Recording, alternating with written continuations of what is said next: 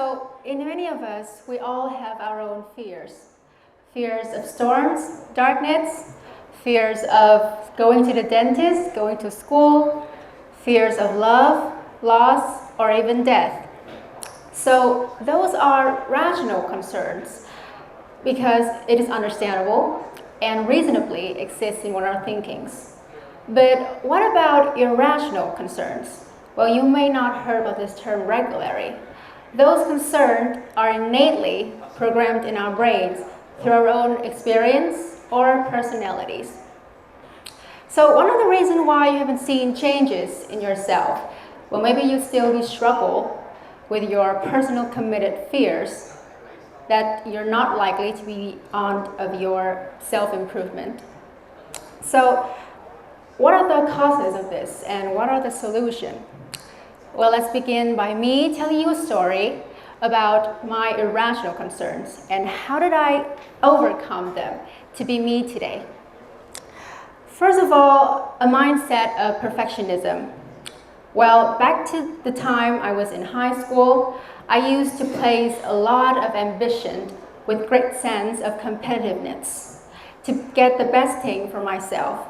For example, things like winning the scholarship, getting the highest score of the class, be the most outstanding students, and so on.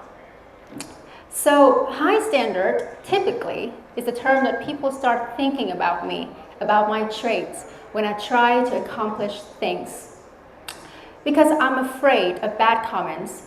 I'm afraid that if I don't set high expectation, a bad situation could happen anytime.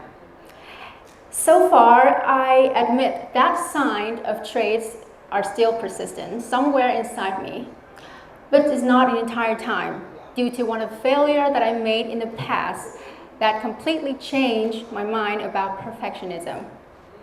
So it was the mistake that I made when I failed one of the subjects that I studied in Greenwich.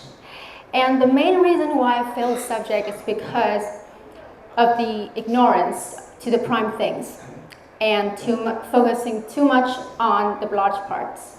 I just spent too much time doing the content of the essay, like finding the resources, references, and to make sure that the assignment perfectly impressed the tutor, and didn't even notice about the format, which a minor but a primarily minimum requirement to get me past the subject.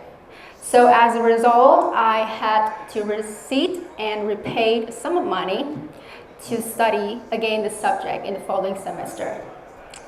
It was quite shocking to me at first, but after all, I realized that a perfect process is just not that necessary because mistakes, they happen all the time. And you just can't predict or anticipate either of them.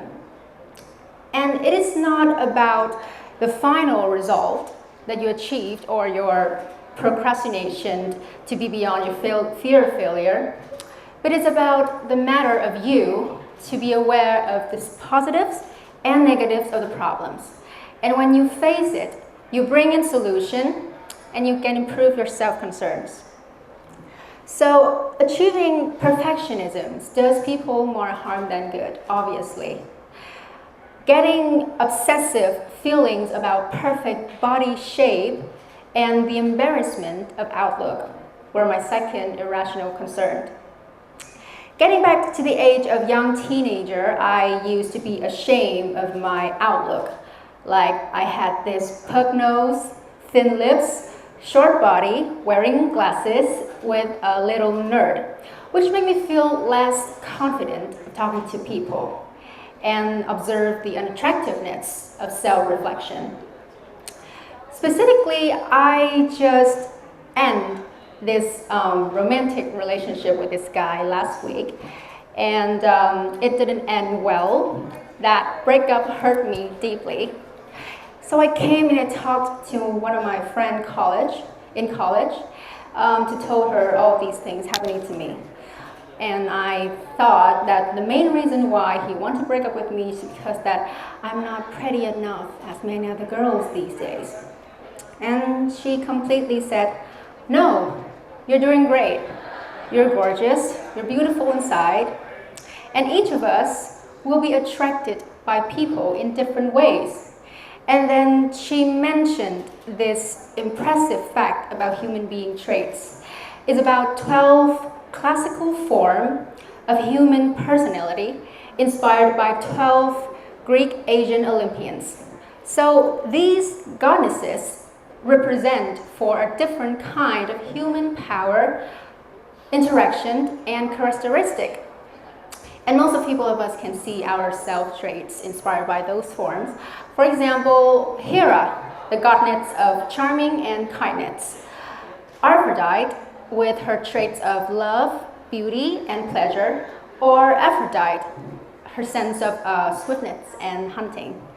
And after the conversation, I realized that I do have appeals of my traits as being organized, wise, and competitive, which is quite similar to the sense of Athena, the goddess of wisdom and war.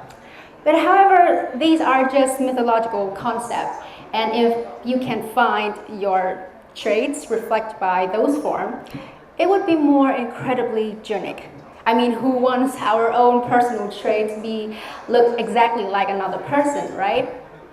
An incredible traits of a human being can only be seen clearly when they feel cheerful about the things they do and be who they are.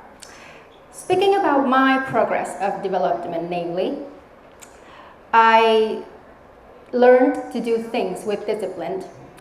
I do more workout to improve my work-life balance and to build a stronger and happier human being. I also do makeup, which is not because that I don't believe in my true self-beauty, but it is because that